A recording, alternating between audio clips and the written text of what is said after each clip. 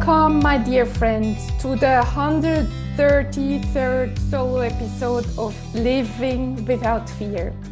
I'm Esther Buerki, your host from Switzerland, and I'm so happy you're here with me, listening with your heart open, walking with me through another real and honest story of life. This story happened some time ago on a trip to Turkey. It was meant to be a fun day, a shopping tour with 5 other women from my swimming group. We had spent beautiful days together, laughing, swimming, and enjoying the sun. On that particular day, our swim coach recommended we visit his friend's leather shop. I remember thinking immediately, I don't need anything from here. I don't wear leather jackets, and I already had more handbags than I use. But of course, we went in together as a group, and that's where the story began. The shop owner was charming and skilled. He invited us upstairs first, where shelves of handbags in every shape and color waited for us. The air smelled of fresh leather and temptation. We all began to touch the bags, to admire the craftsmanship, and one after another, we each chose something. I too bought a beautiful black leather handbag, even though deep inside I already felt a quiet resistance. Why am I buying this? After that, he invited us downstairs to see the jackets. And that's when it all got complicated. I tried on one jacket, then another, and then there it was, a beautiful one that fit me perfectly. The other said, "Oh, Esther, it looks amazing on you." And yes, it truly did. The leather was soft, the color a perfect match, and it gave me this elegant, confident look. But then came the price. And it was high. Too high for something I didn't need. I told the shop owner it was too expensive. But my friends encouraged me.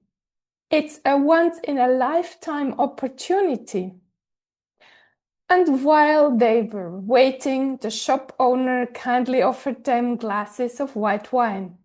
They relaxed, laughed, chatted, and I stood there, torn apart. On one side, the voice of reason said, "You don't need this jacket. You don't even wear leather."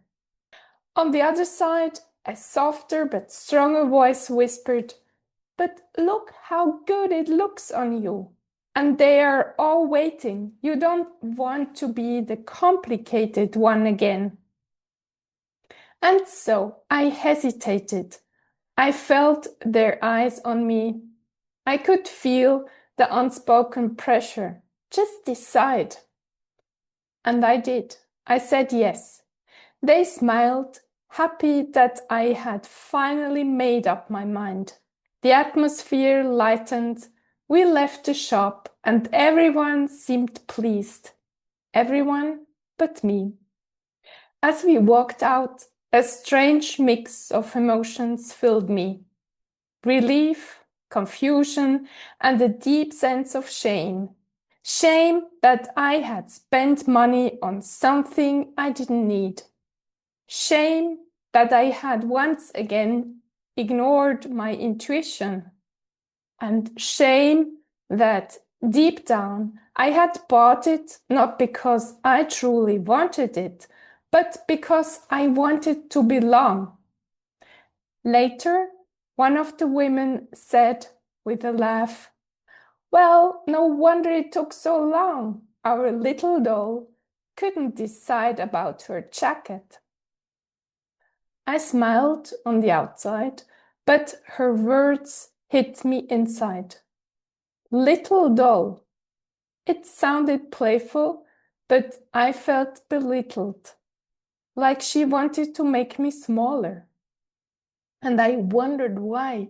Why did she need to say that? What did I provoke in her? Maybe my hesitation made her uncomfortable. Maybe she saw in me something she doesn't allow herself to feel. Doubt, sensitivity, the struggle to please. Or maybe she needed to appear stronger by making someone else smaller. But the truth is, her comment touched me only because I already felt small myself. If I had stood in my power, her words would have rolled off me. But I wasn't standing there as a woman in her truth. I was standing there as a woman who had just betrayed her own inner voice. That's why it hurt.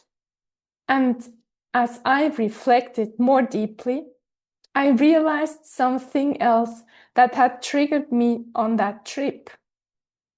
There was another woman in the group, the one who always managed to get the most attention, who always took the larger portion when we shared food, who never asked, would anyone else like some? At first, I felt irritated by her. It seemed unfair, but slowly I understood. She was mirroring something in me, not because I am like her, but because I am her opposite. She mirrored the part of me that doesn't dare to take, the part that holds back, that says, you go first, the part that believes it's more polite to wait than to claim what I want. She represented the unapologetic energy that I have suppressed for so long, the power to take space, to say yes to myself without guilt or fear. And maybe in her presence, I was being invited to balance that energy within me, to find the middle ground between selflessness and self-respect. It's strange how life works, how the people who irritate us most are often our best teachers. They hold up a mirror and say, look, this is the part of you that's still waiting to be seen. So today, I thank them all. The woman who called me little doll, the one who always took more, the shop owner who smiled while I hesitated, and the jacket itself, which now hangs in my wardrobe like a quiet reminder. Because each of them showed me something I still needed to learn. That belonging starts within. That saying no is also an act of love. And that true beauty never comes from what we wear, but from standing fully in who we are. And maybe that's what this story reminds me of most deeply. That life constantly invites us to listen more carefully, not to the voices around us, but to the quiet one inside. The one that whispers, you already have enough. You are already enough. Sometimes we lose that voice when we want to belong. We silence it when we fear standing out. We rush decisions because we don't want to disappoint anyone. And yet, the only one we truly disappoint in those moments is ourselves. But every time we notice it, every time we pause and say, ah, There it is again, the need to please, the fear of being judged, the longing to fit in. We take a step closer to freedom, because awareness is where change begins, and self-compassion is what keeps it alive.